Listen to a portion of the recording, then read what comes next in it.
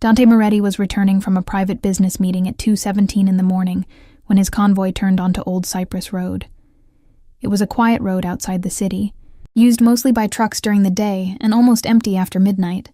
Rain had been falling for nearly an hour, soft at first, then heavy enough to blur the windshield and turn the road black under the headlights. Dante sat in the back seat of the first car, still wearing the black suit from the meeting. The meeting had ended late after contracts were signed, hands were shaken, and men who liked to act powerful had lowered their voices around him. He was tired but not sleepy. Men like Dante rarely allowed themselves the luxury of sleeping easily. Outside, Old Cypress Road stretched ahead between old warehouses and dark fields, with broken streetlights throwing weak circles of light onto the wet asphalt. There were no open shops, no houses nearby, no people walking in the rain. Only the low sound of tires moving through water and the occasional flash of lightning behind the clouds. Then his driver hit the brakes. The car stopped hard enough for Dante to lift his eyes. The second car behind them stopped too, its headlights swinging across the rain. "What happened?" Dante asked. The driver did not answer immediately. He was staring through the windshield. In the middle of the road, right over the faded yellow line, something blue was lying in the rain. At first it looked like a blanket. A small soaked bundle, placed directly where any car passing through would have to stop or swerve. One of Dante's men leaned forward, his hand already moving toward his jacket. "Boss, stay inside. It could be a setup." Dante looked at the bundle without blinking. In his world, anything left in the middle of an empty road at 2 in the morning could be a trap. It could be bait. It could be a warning. It could be the start of something meant to pull him out of the car. For a few seconds, nothing moved. Then the blue cloth shifted, not much. Just a weak little movement under the rain. Dante opened the door. "Check both sides of the road," he said. "Keep your eyes on the warehouses." "Boss, wait." Dante did not wait. Rain hit his shoulders the moment he stepped out. 2 of his men moved ahead with guns low at their sides, scanning the road, the broken lights, the warehouse doors, and the trees beyond the shoulder. Dante walked toward the blue bundle himself. It was lying exactly in the path of his car. Whoever had left it there had not tried to hide it. They had wanted someone to stop. Maybe they wanted the child found. Maybe they only wanted to get rid of her without leaving a name behind. Dante crouched beside the bundle and pulled the wet blanket open. Inside was a newborn baby girl. She was tiny, soaked from the rain, and shaking from the cold. Her little face was red, her eyes were squeezed shut, and her hands were curled close to her chest. She made a small sound, not loud enough to travel far, but enough for Dante to know she was alive. For a moment he did not move. There was no note with her, no name, no bracelet, nothing that explained where she had come from or who had left her there. One of his guards stepped closer and whispered, "She's a baby." Dante slid one hand carefully beneath her head and the other under the wet blanket. He lifted her against his chest and pulled his coat around her to block the rain. She was so small that even the blanket looked heavy around her. Her skin felt too cold. "Bring the car," Dante said. The driver reversed closer at once. Dante climbed into the back seat with the baby held inside his coat. "Drive," he ordered. Straight to the mansion. The car moved before the guard had fully closed the door. Dante looked down at the baby. Her breathing was weak. Her tiny fingers opened slightly and touched his shirt, searching for warmth. She did not know who he was. She did not know his name, his money, or the fear people carried for him. She only knew he was warm. Dante held her closer, careful not to press too hard. Then he took out his phone. "Call Dr. Romano," he said to the man in front. "Tell him to come to the mansion now." "Yes, sir." "Call the pediatrician, too, and the newborn specialist from St. Aurelia. Whoever can reach fastest. Tell them I found a baby in the rain and I want her checked completely." The guard started making calls. Dante continued, eyes still fixed on the child. "I want oxygen ready, warm blankets, medicine, everything they need to check if she is hurt, sick, weak, or injured." "Yes, sir." "Call the house. Tell Maria to prepare the warmest room before we arrive." The baby made another weak sound and turned her face against his coat. Dante lowered his voice, not because he thought she understood him, but because she was too small for harshness. "You're not staying on that road." No one else in the car spoke. Outside, Old Cypress Road disappeared behind them in the rain. Inside, Dante held the child close and watched every breath she took. A few minutes later, the guard turned back from the front seat. Dr. Romano is on his way. The pediatrician is coming too. The newborn specialist said 20 minutes. Tell him 10, Dante said. The guard nodded and turned back to the phone. Dante looked down again. He had seen cruelty before. He had caused some of it himself. But this was different. This was not two men fighting over power. This was not a debt, not a betrayal, not revenge. This was a newborn baby left in the rain for strangers to decide whether she lived or died. By the time the convoy reached the Moretti mansion, the front lights were already on. Staff waited near the entrance with towels and warm blankets. Dante stepped out of the car with the baby still in his arms and walked straight inside. No one asked questions. They had served him long enough to know when silence was safer. Dr. Romano arrived moments later, rain still on his glasses, carrying a medical bag in one hand. Behind him came a pediatrician, then a newborn specialist from St. Aurelia. Both called from their beds and rushed through the storm because Dante Moretti had said the child could not wait. They prepared a table in the warmest room of the house. Dante finally placed the baby down, but he stayed close. Check everything, he said. Her breathing, her temperature, her heart, her bones. I want to know if someone hurt her before leaving her there. The doctors worked quickly. They removed the wet blanket, wrapped her in warm cloth, checked her pulse, listened to her lungs, cleaned the rainwater from her skin, and looked for bruises or injuries. Dante stood near the table, still wearing his wet coat. He did not sit. He did not look away. After several long minutes, Dr. Romano looked up. She is very weak, he said. Too cold, dehydrated, and she needs care immediately. But she is alive. Dante released a slow breath. Was she hurt? No broken bones. No clear sign of physical injury. The doctor paused, then glanced at the pediatrician. Dante noticed it. What is it? The pediatrician moved closer to the baby and made a soft sound near her ear. The baby did not react. He tried again on the other side. Still nothing. Then he asked one of the nurses to drop a small metal instrument into a tray beside the table. The sound made everyone in the room glance up. The baby did not startle. Dante's face changed slightly. What are you checking? The doctor answered carefully. She is not responding to sound the way a newborn usually does. We need proper tests to confirm it, but there is a possibility. Dante waited. The doctor spoke more clearly. She may be deaf. The room became quiet. Dante looked at the baby lying under the warm light. A few minutes ago, she had been in the middle of an empty road, left in the rain with no name and no proof that anyone had loved her. Now the reason began to feel painfully clear. So that is why they left her, Dante said. No one answered. The baby's tiny hand moved out from the blanket. Dante placed his finger near her palm, and she held it weakly. He looked at her for a long moment. They heard one word from a doctor, he said quietly, and decided her whole life was finished. Dr. Romano lowered his eyes. The newborn specialist said, Some families panic when they hear things like this. They think the child will not live normally. They think she may never speak. They think she will be a burden. Dante looked at him. She is not a burden. No, sir. Dante turned back to the baby. Her fingers were still wrapped around his finger, so small they barely covered it. If someone left her because she could not hear them, he said, then she will stay with someone who will learn how to understand her. The doctors said nothing. They did not need to. Dante's decision was already made. Do whatever she needs, he continued. Bring the best specialists. Start every test. Money is not a question. Dr. Romano nodded. Of course. And if no one comes for her, Dante said, looking at the baby again, she stays here. One of his men near the door looked up in surprise.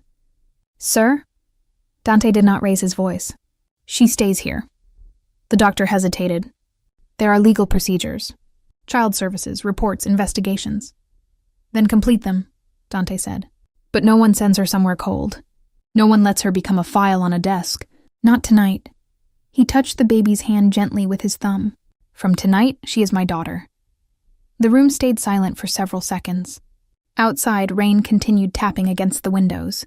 Inside, the baby slept under warm light, unaware that the first person to truly choose her was a man the world had never expected to be gentle. The next few days changed the Moretti mansion in ways no one inside it understood at first. The house had always been quiet, but not peaceful. Men came and went with sealed folders. Phones rang at odd hours. Guards stood like shadows in hallways. Every room was polished, expensive, and cold. Then the baby arrived, and the cold house started making room for small things. Warm bottles, soft blankets, tiny socks, a white cradle placed near Dante's private sitting room because he refused to keep her too far away. Doctors came every day. Nurses stayed through the night. Specialists tested her hearing more carefully and confirmed what the first doctor had suspected. The baby had profound hearing loss. She would not hear the world the way other children did. She might never speak in the way people expected. But she was alive, and Dante treated that like the only fact that mattered. Child services came. Papers were filed. Hospitals were questioned. Missing birth records were checked. No one claimed her. No mother came forward. No father appeared. No family name was attached to her. It was as if the child had been born from the rain itself and placed in front of Dante's car for no reason anyone could explain. Dante did not chase the people who had abandoned her. Not at first. He could have.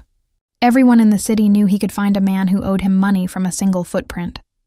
But with this child, he did not want the first days of her life in his home to be about revenge. He wanted them to be about warmth. He wanted her to learn before she learned anything else that someone stayed. On the 7th night, the baby lay wrapped in a clean white blanket in the room that had once been used for guests and now smelled faintly of baby lotion and warm milk. Dante stood beside the cradle while Maria, the old housekeeper, watched from the doorway. "She needs a name," Maria said softly. Dante looked down at the child.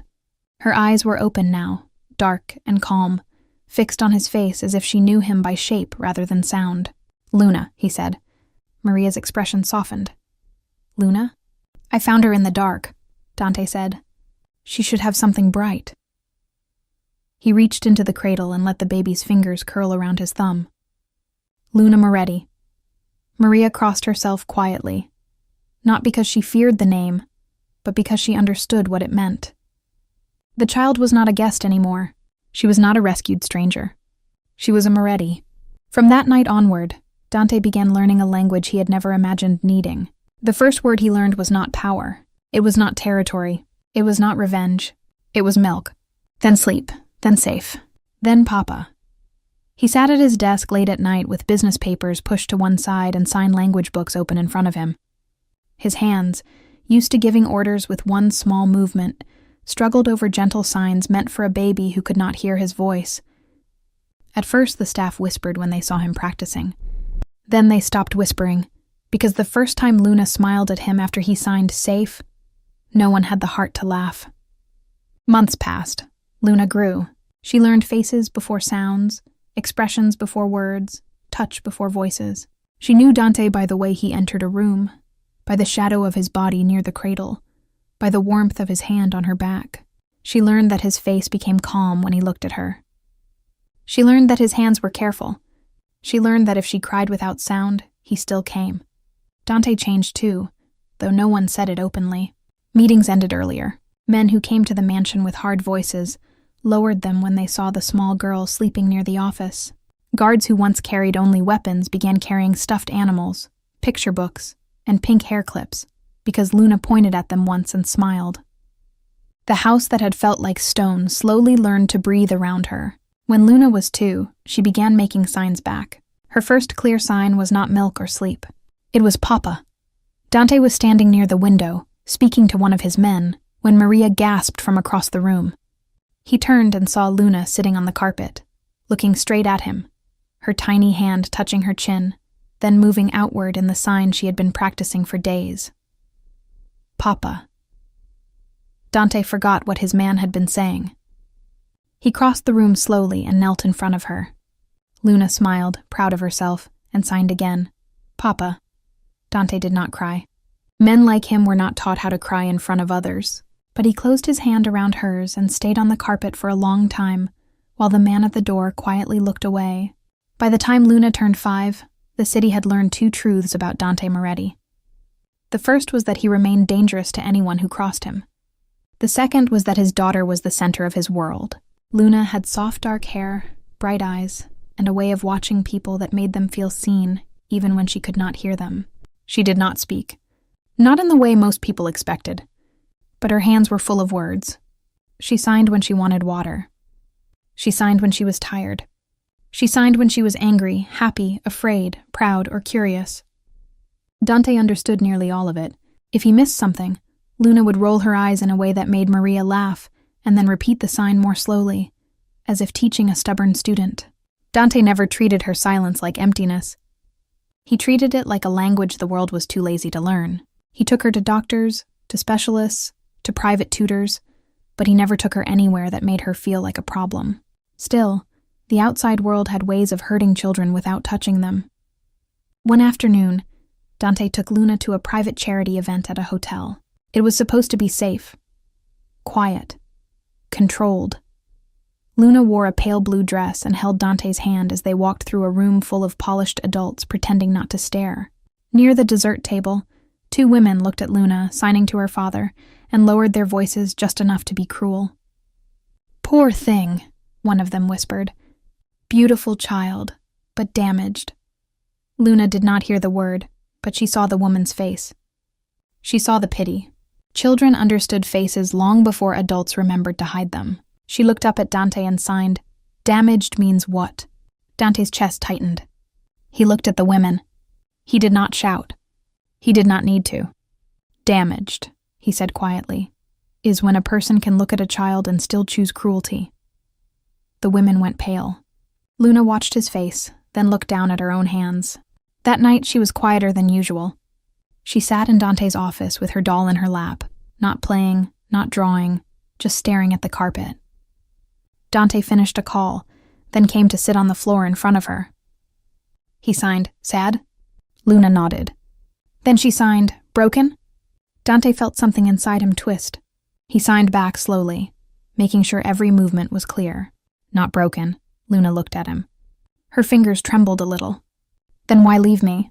Dante had answered men in courtrooms, enemies in warehouses, businessmen in rooms full of lawyers, but no question had ever been harder than the one his daughter asked with her small hands. He took a breath and signed carefully. "Because they did not understand you." Luna watched him. Dante added, "And some people are afraid of what they do not understand." Luna's eyes filled with tears, silent and heavy. Dante reached out and touched her cheek. "But I understand you." Luna shook her head once and signed, "You learned." Dante nodded. "Yes, I learned." She stared at him for a long moment. Then she touched his face with both hands, like she wanted to make sure he was real. Slowly, carefully, she signed 3 words he had taught her but had never asked her to say. "I love you, Papa." Dante went completely still. He had heard men promise loyalty. He had heard enemies beg. He had heard people lie with beautiful words, but nothing in his life had ever reached him the way those silent little hands did. He pulled Luna into his arms and held her close. She rested her head against his chest, feeling the beat of his heart, because that was how she knew he was crying, even when no sound came out. After that night, Dante became even more protective of her. He did not want Luna to live hidden from the world, but he hated the way the world looked at her. Maria told him a child needed more than protection. She needed tenderness from more than one person. She needed a woman in the house who could show her things Dante could not. Dante listened, though he did not admit it. That was how Bianca Valenti entered their lives. Bianca was beautiful, educated, and polished in the way powerful families liked. She came from money and knew exactly when to smile, when to lower her eyes, and when to say the right thing. In public, she acted warm toward Luna. She brought expensive dolls, kissed the air near the child's cheek, and told Dante how lucky he was to have such a special daughter. Dante wanted to believe her. Not for himself. He had lived too long to need anyone. But for Luna, he wanted to believe there could be a woman who would love her gently. Luna did not trust Bianca. She became stiff when Bianca touched her shoulder. She stayed close to Dante when Bianca visited. When Bianca tried to sign, she did it badly and laughed as if Luna's language were a game. Dante noticed, but he told himself trust took time. Bianca always smiled when he was in the room. She always sounded kind. He thought maybe Luna was shy. Maybe he was being too careful. Maybe fear had made him unfair. Then one Thursday afternoon, Dante came home early. A meeting had been canceled without warning, and instead of going to his office, he walked through the mansion looking for Luna. The house was quiet. Too quiet. He reached the hallway outside Luna's room and stopped when he saw the door half open. Inside, Bianca stood near the small writing table. Luna was backed against the bed, her eyes wide, her hands moving quickly. She was signing please and papa over and over. Bianca grabbed her wrists. Not hard enough to leave a mark anyone would notice immediately, but hard enough to stop her hands from moving. "Stop doing that," Bianca hissed. "No one wants to watch you wave your hands like a broken little thing." Luna froze. Her mouth opened, but no sound came. Bianca leaned closer. "Your father will marry me soon. Then this house will not revolve around you anymore. Do you understand? You will learn to behave, or I will make sure he sends you away to people who know how to handle children like you." Luna shook her head, tears running down her face. Bianca picked up one of Luna's drawings from the table. It showed 3 figures: Dante, Luna, and Bianca. Luna had drawn Bianca in a yellow dress because Dante once said yellow looked kind. Bianca looked at the drawing and smiled without warmth. "You really think this is family?" she whispered. She tore the paper in half. Dante stepped into the doorway. "Take your hands off my daughter." Bianca turned so fast the torn drawing slipped from her fingers. "Dante," her face changed instantly. The coldness vanished, replaced by panic and sweetness. "I was only trying to teach her discipline. She was being difficult." Dante walked into the room. He did not look at Bianca first. He looked at Luna. The child ran to him and wrapped herself around his leg, shaking. Dante bent and lifted her into his arms. She clung to his neck. Her small hands signed against his shoulder, messy and frightened. "Papa, sorry." Dante held her tighter. "No." He signed back against her arm so she could see. "Not sorry." Bianca's voice trembled. "You're misunderstanding. She needs structure. She needs someone who won't let her use her condition to control everything."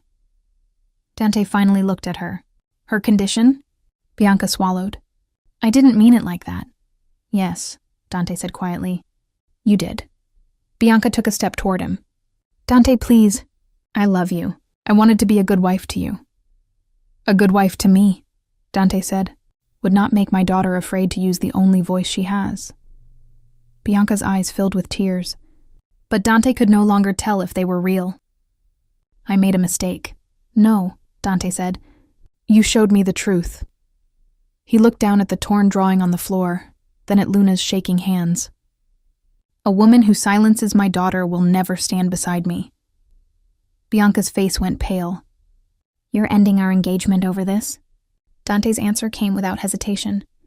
"There is no engagement. You can't be serious." Dante shifted Luna higher in his arms. His voice stayed low-controlled and final. "Leave this house."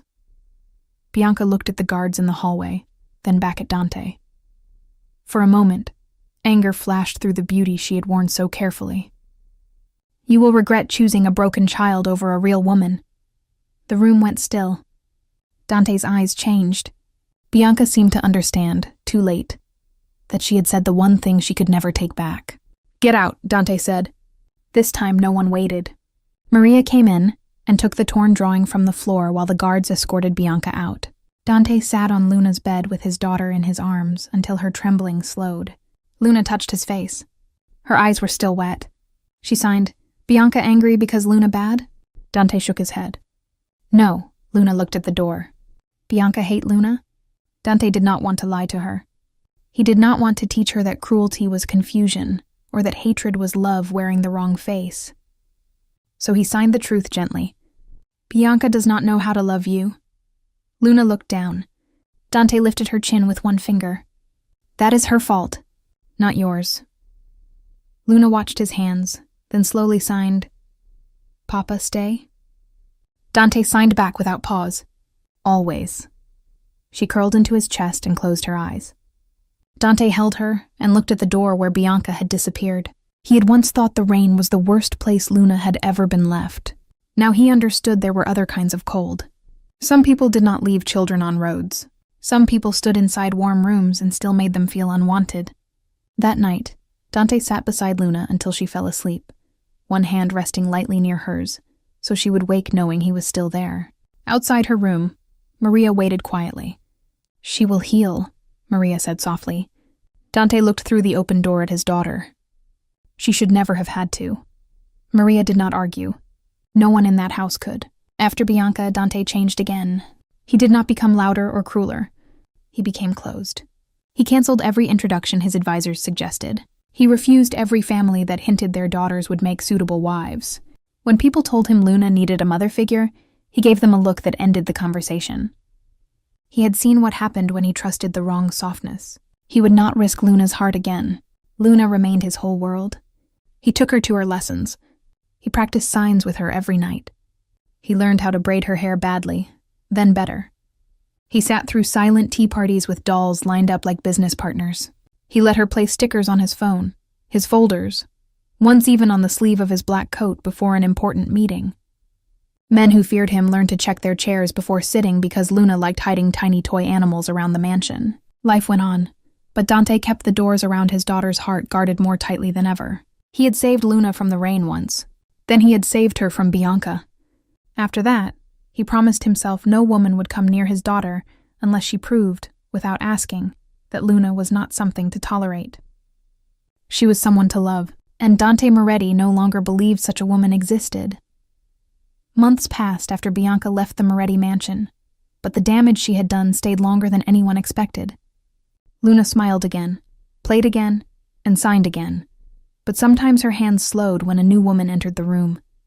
Sometimes, before signing, she looked at Dante first, as if asking permission to use her own voice. That hurt him more than anything Bianca had said. Dante never told Luna to be careful with people. He did not want fear to become her first lesson about the world. But he became careful for her. He dismissed tutors who spoke over her. He refused invitations where people treated her like a charity story. He watched every face that came near his daughter, not because he wanted to control her life, but because he had seen what cruelty looked like when it wore perfume and smiled politely. Still, Maria kept reminding him that a child could not grow inside walls forever. "She needs the world too," Maria told him one afternoon, while Luna sat on the floor drawing little moons on the back of Dante's business papers. A safe part of it, at least. Dante looked at Luna. She was humming without sound, her small lips moving as she colored. "The world has not been kind to her." "Then show her the parts that can be," Maria said. Dante did not answer, but he heard her.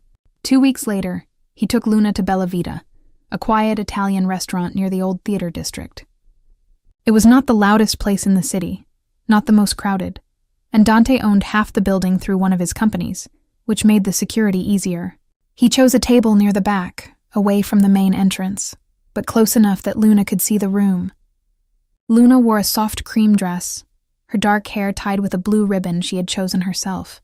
She held Dante's hand when they walked in, but her eyes were curious, moving from the chandeliers to the flower vases, to the small candles on the tables.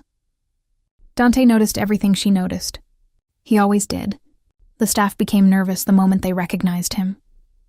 The manager hurried forward, smiling too widely, promising the best table, the best wine, the best service.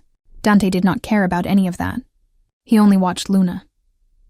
She looked up at him and signed, "Pretty lights." Dante signed back, "Yes, very pretty." Luna smiled. For a few minutes he thought maybe Maria had been right. Maybe this was good. Maybe Luna deserved small, normal things like choosing dessert in a restaurant without people whispering around her. Then the waiter came. He was young, well-dressed, and so nervous that his hands shook slightly around the menu. He looked at Dante, not at Luna. "What would she like, sir?" Dante's jaw tightened. Luna was sitting right there, menu open in front of her, one finger touching the picture of strawberry cake. She looked at the waiter, then signed, "Water, no ice." The waiter blinked, confused, then looked back at Dante. "I'm sorry, sir." What would she like? Dante felt Bianca's voice return in his memory. "Stop doing that. No one wants to watch you wave your hands." Luna's hand slowly lowered to her lap. That was when a waitress passing with a tray stopped beside their table. She had warm brown eyes, dark hair pinned loosely at the back of her neck, and a tiredness in her face that did not make her look weak. It made her look like someone who had survived things quietly. Her name tag read, Alina. She looked at Luna, not at Dante, and her expression changed.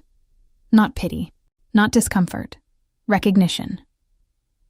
She set the tray carefully on a nearby service stand, stepped closer, and lowered herself slightly so Luna did not have to look up too high. Then her hands moved.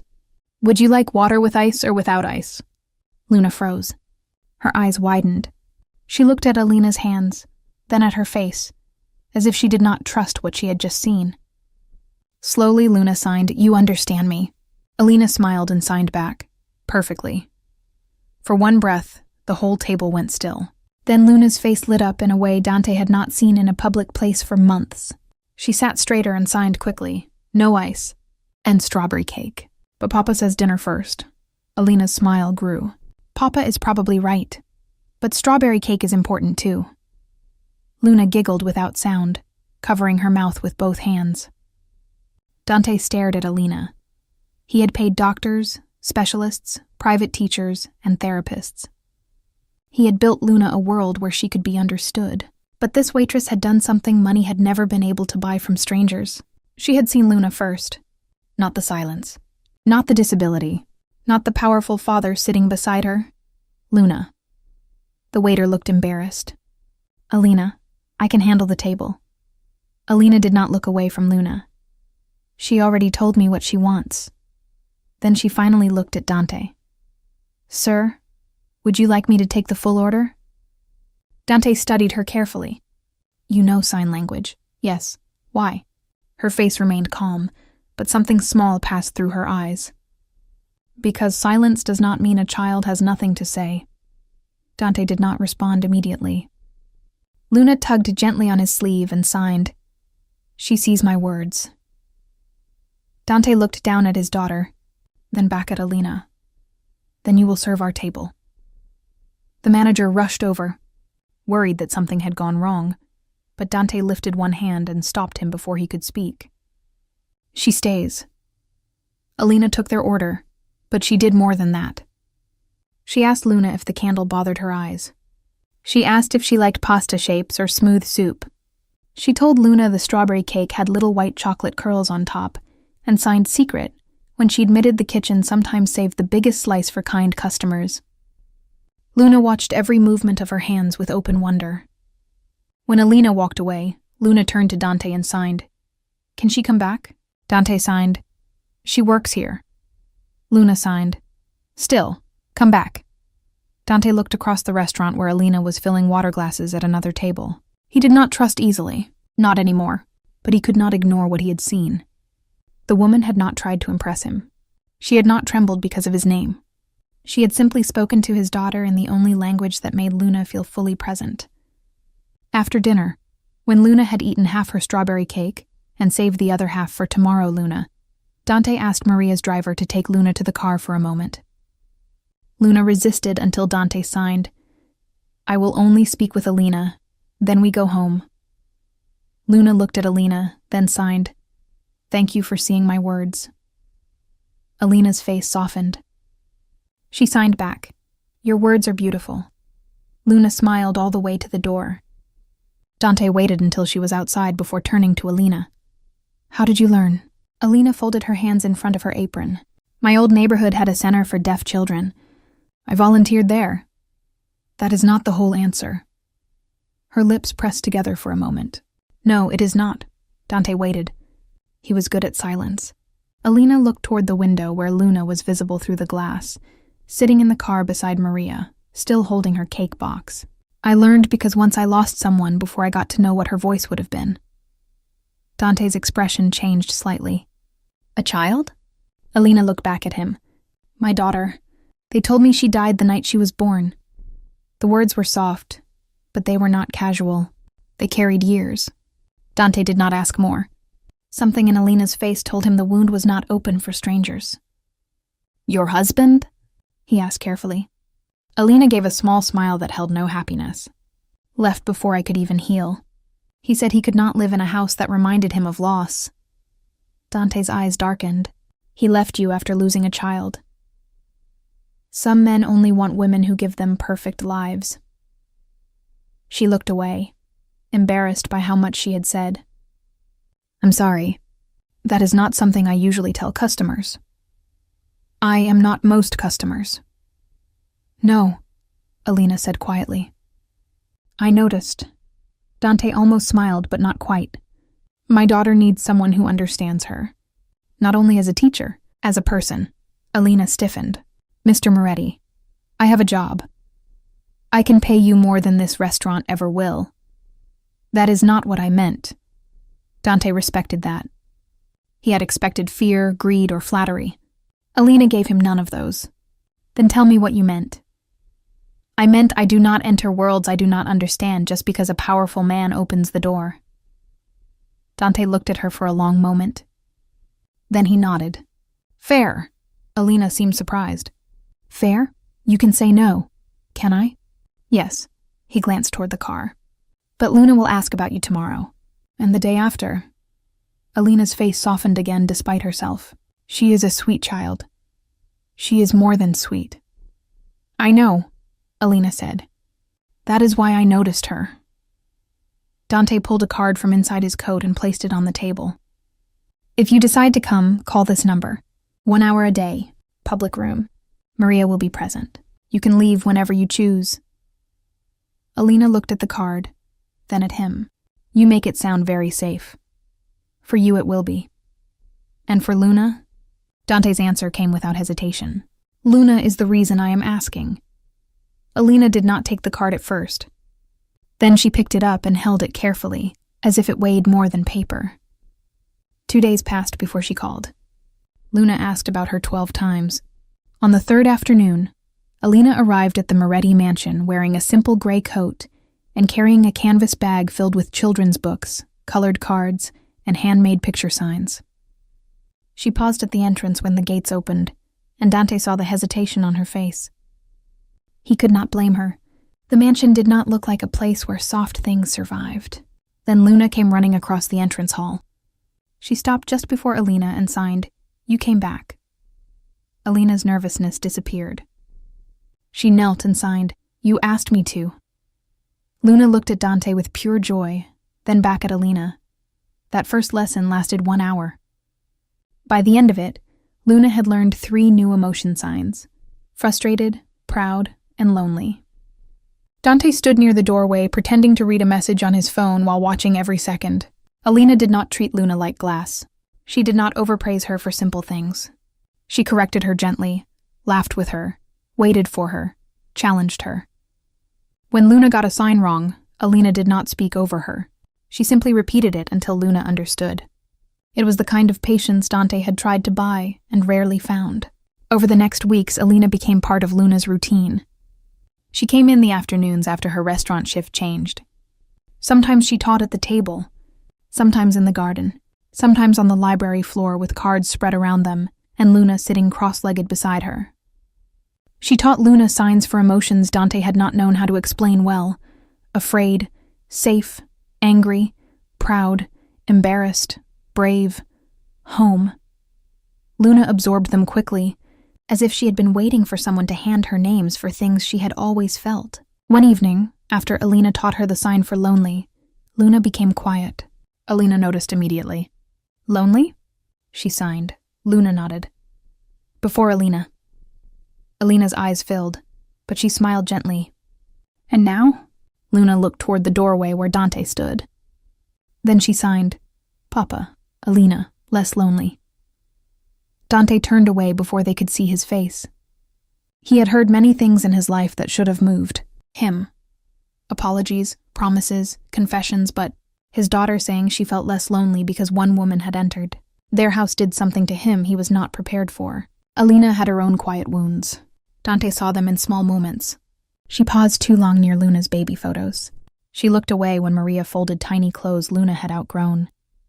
Once, Luna climbed into Alina's lap with a picture book, and Alina held her a little too carefully, like someone holding a memory she had not been allowed to keep. Luna noticed too. She touched Alina's cheek one afternoon and signed, "Sad?" Alina tried to smile. "A little. Why?" Alina hesitated, then signed slowly, "Because once I loved a baby I never got to hold." Luna watched her, serious and gentle. Then she signed, "Hold me." Alina's breath caught. She opened her arms and Luna climbed into them. Dante, standing unseen at the edge of the library, did not move for a long time. He began to understand that Alina did not love Luna because the child was easy. She loved her because something in Luna spoke to the part of her that had been grieving in silence for years. Dante and Alina grew closer quietly. It did not happen with grand gestures. It happened when she stayed late because Luna had a nightmare. It happened when Dante found her in the kitchen teaching Luna how to knead dough while flour covered both of their sleeves. It happened when Alina looked at him across the room after Luna laughed and whispered, "This house sounds different now," then corrected herself with a sad little smile. "Feels different," Dante answered. "It does." One night, after Luna fell asleep on the library sofa, Alina gathered the books and placed them in her bag. Dante stood by the window, watching rain slide down the glass. Rain always made Luna restless, though she could not hear it. She felt it in the light, in the pressure of the air, in the way the adults became quiet when storms came. "She remembers," Alina said softly. Dante looked at her. She was a newborn. "The body remembers what the mind cannot." Dante looked at Luna asleep under a blanket. "I found her in rain like this." Alina's hands stilled. "I know." "No," Dante said. "You know I found her. You do not know what it looked like." He rarely spoke of that night. But with Alina, the words came easier. She was in the middle of the road. Not hidden, not protected, left where someone would either stop or run over her. She had no name, no note, nothing. Alina's face had gone pale, but Dante did not understand why. Not yet. "The doctors told me she was deaf," he continued. "That was when I understood why someone had left her. They did not even wait to see who she would become." Alina looked down. Her voice was barely above a whisper. People can be cruel when a child does not match the life they imagined. Dante studied her. "Is that what happened to you?" She swallowed. "I don't know what happened anymore. I only know what I was told." He did not push her. Alina stayed late that night. When Luna woke from a small nightmare, she reached not only for Dante but for Alina too. Dante sat on one side of the bed, and Alina on the other. Luna's hands trembled as she signed. "Rain." Dante signed, "Safe." Alina signed, "Home." Luna looked from one to the other, then signed, "Papa safe." Alina home. Neither adult spoke after that. There was nothing simple about what they felt, but Luna had named it before either of them could. A month later, Luna made her wish clear. She sat in Dante's office drawing 3 figures on a piece of paper. One tall man in black, one small girl in blue, one woman in a gray dress with kind hands. She brought the drawing to Dante and placed it on his desk. "Nice," Dante signed. Luna shook her head and pointed at the woman. "Alina stay?" Dante signed, "For dinner?" Luna frowned, annoyed that he had not understood. She signed again, slower. "Alina stay forever?" Dante looked at the drawing, then at his daughter. Forever is a long time.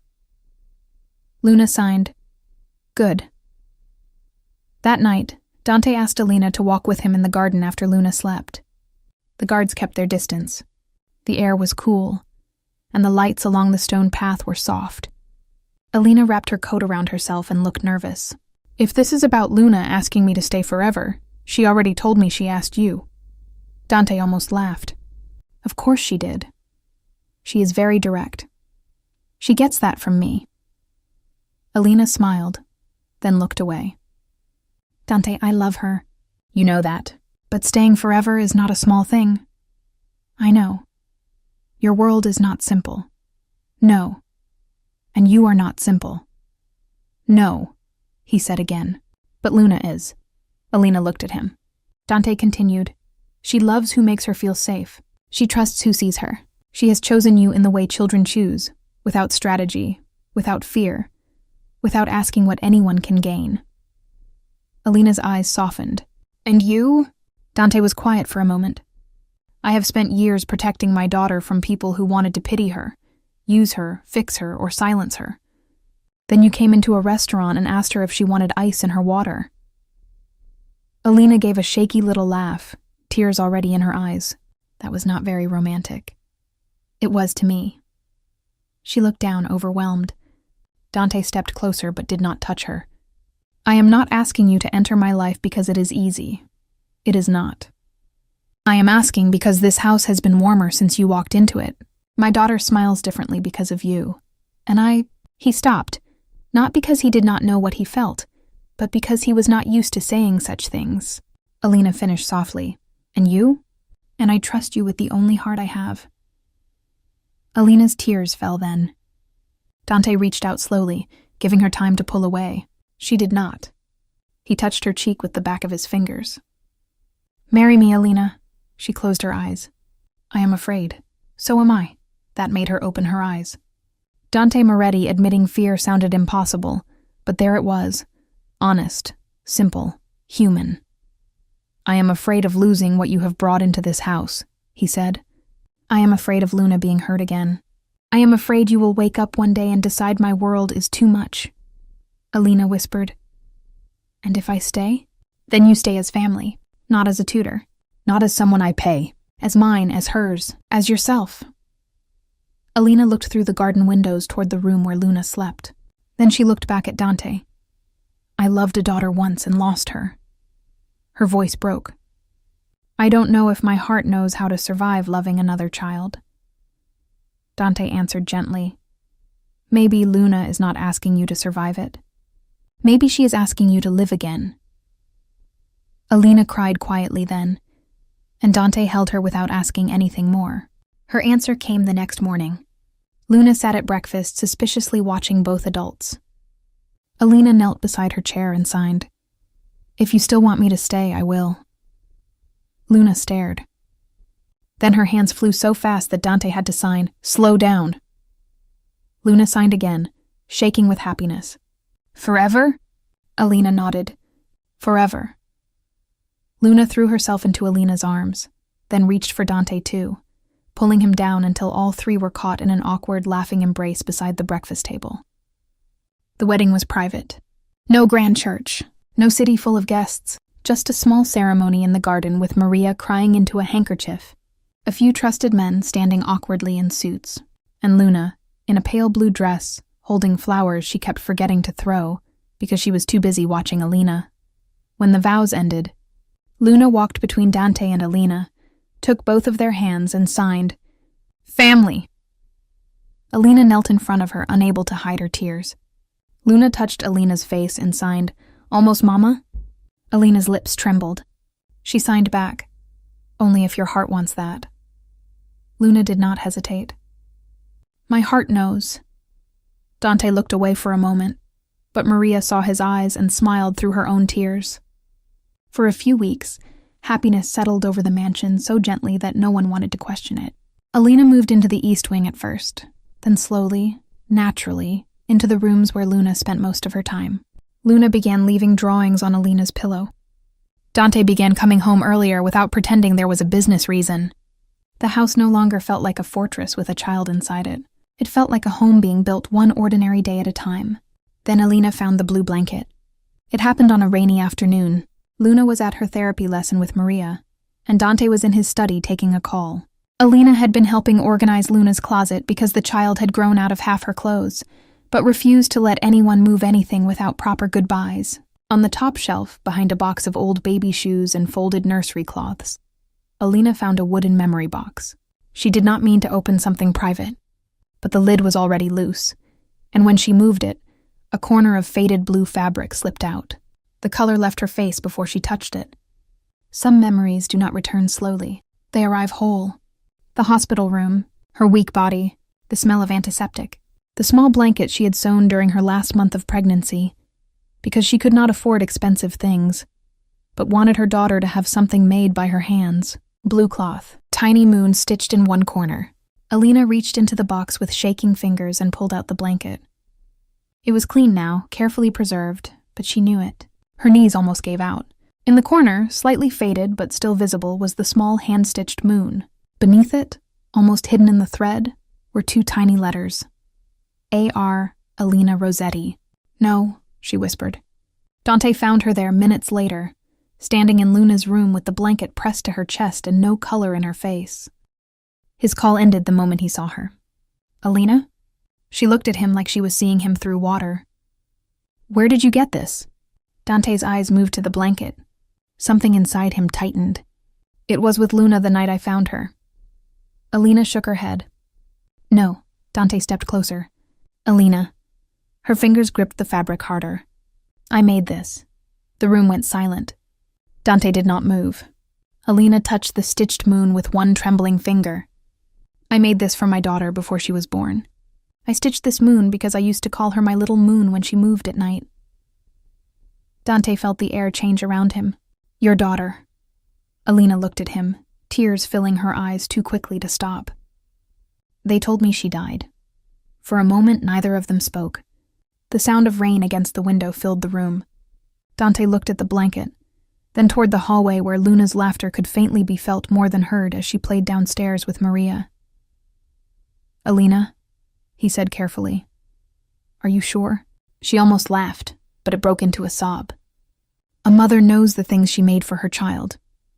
Her knees weakened, and Dante caught her before she fell. She pushed against his chest, not in anger at first, but in shock, pain, confusion. "You had her," she cried. "You had my baby all these years." Dante held her arms gently. "I did not know she was yours. I buried her in my heart." Her voice cracked. "I mourned her. I slept with empty arms. I thought I had failed her. And she was here." Dante's own face tightened with pain. "I found a baby in the rain. No name, no note, no bracelet. No one came for her. I only knew someone had left her to be found by strangers." Alina pressed the blanket to her mouth, trying to breathe. "Julian told me she died." Dante's eyes sharpened. "Your husband." "Ex-husband." She wiped her tears with shaking hands. "Julian Vieri. His mother, Claudia, was there. His family doctor was there. I was so weak after delivery. They gave me something. I kept asking for my baby, and they kept saying she was gone." Her voice lowered. "I remember hearing them whisper before I passed out. Something about her not reacting. Something about silence. I thought I dreamed it." Dante's jaw tightened, but he kept his voice calm for Alina. "They knew she was deaf." Alina looked at the blanket. "And they took her from me." The truth did not arrive all at once. Dante made calls, but not in front of Luna. He sent men to find records. Nurses, old payments, the doctor who had signed the death certificate, the driver who had worked for the Vieri family 5 years earlier and disappeared soon after. Within 48 hours, the story became clear enough to break everyone who heard it. Alina had given birth to a living daughter. The baby had not responded to sound. Julian Vieri and his mother had panicked, not with grief, but with shame. They did not want a deaf child connected to their family name. They bribed the doctor. They told Alina the baby died. They filed a false death certificate. Then they paid a driver to leave the baby on a road outside the city. Not hidden in bushes, not in a place where she would certainly die, but in the middle of a road where some stranger would stop, take her, and never know whose child she was. They had not known Dante's convoy would be that stranger. They had not known the man they feared in business would become the father of the child they threw away. When Dante told Alina what he had found, she did not scream. She sat very still, the blue blanket in her lap. Sometimes grief became too large for sound. "He left me because she was deaf," she said finally. Dante sat beside her. "He left because he was weak. He told me our daughter died, and then blamed me for the sadness in his house." Her mouth trembled. "He let me hate my own body for giving birth to a child he had already thrown away." Dante took her hand. "He will answer for it. I don't want Luna surrounded by revenge." "No," Dante said. "She will be surrounded by truth." Telling Luna was the hardest thing either of them had ever done. They waited until evening, when the house was quiet and the rain had stopped. Dante and Alina sat with her on the carpet in her room. The blue blanket lay folded nearby. Luna looked from one adult to the other and immediately knew something serious was happening. "Bad?" she signed. Dante shook his head. "Not bad, important." Alina's hands trembled. Dante placed his hand over hers for a moment, steadying her, then let go. Alina signed slowly, carefully, tears already running down her cheeks. "When you were a baby, I was your mama." Luna stared at her. Alina continued, each sign breaking her and healing her at the same time. I loved you before I knew your name. But people lied to me. They told me you went away. I did not know where you were." Luna looked confused. She turned to Dante. "Alina, Mama?" Dante nodded. "Yes." Luna's eyes filled with fear so sudden that Alina nearly broke. Luna signed, "Papa leaving?" Dante moved immediately. He knelt in front of Luna and signed with both hands, clear and firm. "Never." Luna looked at Alina, then at Dante. "Two homes?" Dante shook his head. "One home. More love," Alina sobbed quietly. Luna stared at them for a long moment, trying to understand what even adults could barely hold. Then she moved toward Alina slowly and touched her cheek. Alina closed her eyes. Luna signed, "Mama sad?" Alina nodded. Luna touched Dante's hand, then Alina's hand, and pulled them together.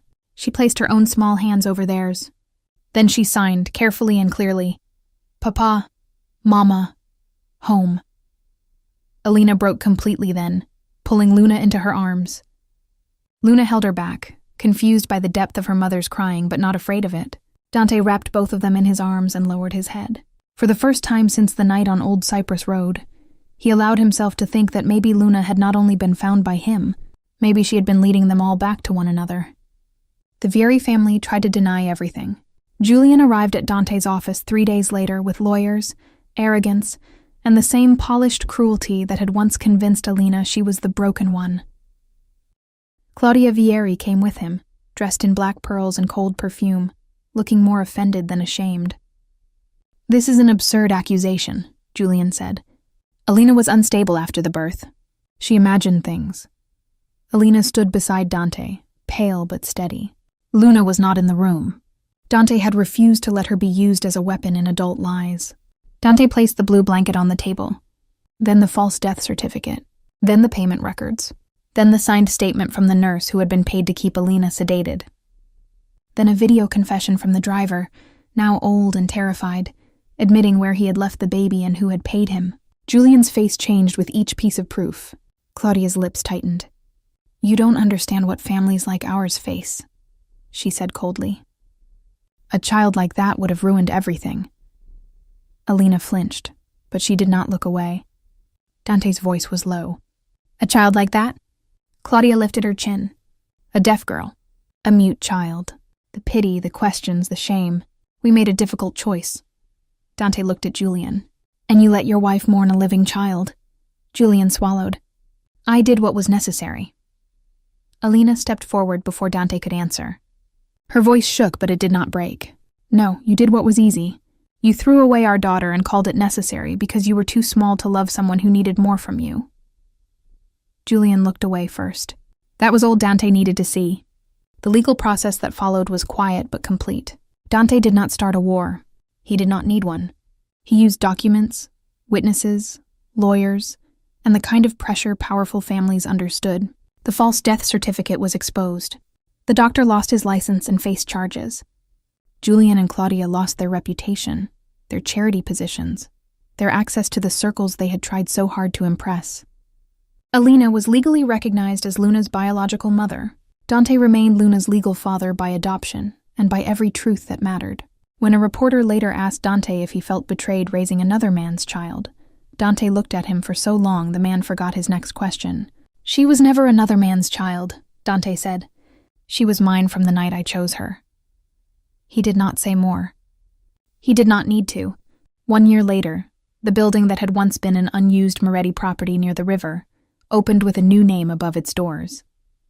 Luna House. It was not a hospital, not an orphanage, and not a charity made for photographs. It was a center for deaf children, abandoned children, and families who needed to learn that silence was not emptiness. Alina helped design the classrooms. Dante funded everything without putting his name on the front. Luna chose the color of the playroom walls and insisted that every child should have cake on their first day, because new places are scary, but cake helps. On opening day, Luna stood between Dante and Alina in a pale yellow dress, her hair tied with a blue ribbon. She was 6 now, confident in the way she held herself. She signed with children. She corrected adults when they got signs wrong. She rolled her eyes at Dante when he became too serious, and pulled Alina's hand when she started crying during the welcome speech. Maria watched from the front row, smiling like someone who had seen a miracle grow one ordinary day at a time. After the ceremony, Luna ran back to Dante and tugged his sleeve. He bent down immediately. She signed, "Proud?" Dante signed back, "Very proud." Luna smiled, then signed, "I love you, Papa." Dante touched her cheek. Even after all this time, those words still undid him. Alina knelt beside them. Luna turned to her and signed, "I love you." "Mama." Alina pressed a hand to her mouth, then signed back, "I love you more than every day I lost." Luna did not understand all the pain behind that sentence, but she understood the love. She took Dante's hand in one of hers, and Alina's hand in the other. Then she looked at both of them and signed, "My family." Dante looked at Alina over Luna's head. Once he had believed he found a child in the rain and saved her. But standing there, with Luna between them and Alina's hand in his, he understood the truth was larger than that. Luna had saved him from a life built only on fear. She had saved Alina from grief that had no grave. She had turned a mansion into a home, a waitress into a mother again, and a dangerous man into a father who had learned to listen with his hands. The world had left her in the rain because it thought silence made her worthless. But Luna Moretti grew up surrounded by people who knew better. Her silence was not empty. It had always been full of love.